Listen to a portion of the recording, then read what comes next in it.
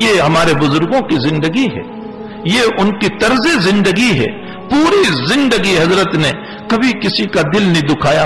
ضرور طبیعت میں حدت تھی، تیزی تھی، بول دیتے تھے کبھی، لیکن فوراً معافی مانگتے تھے.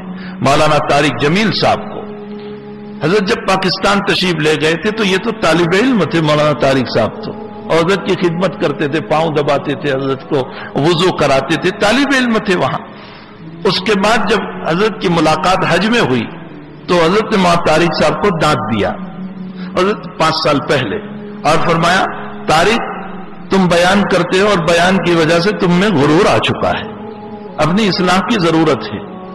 یہ کہہ کر بہت سخت ڈانٹا، بہت سخت ڈانٹا.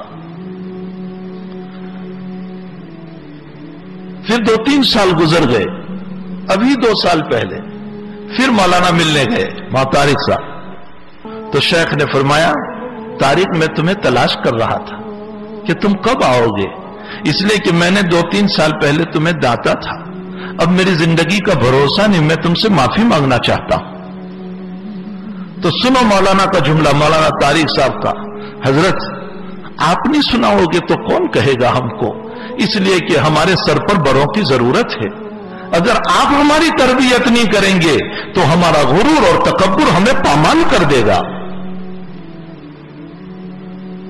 تو حضرت نے فرمایا طارق تم میں صلاحیت ہے، طارق تم میں صلاحیت ہے. عجیب و غریب ہستی تھی، عجیب و غریب، زاہدانہ زندگی اتنی کہ کبھی ایک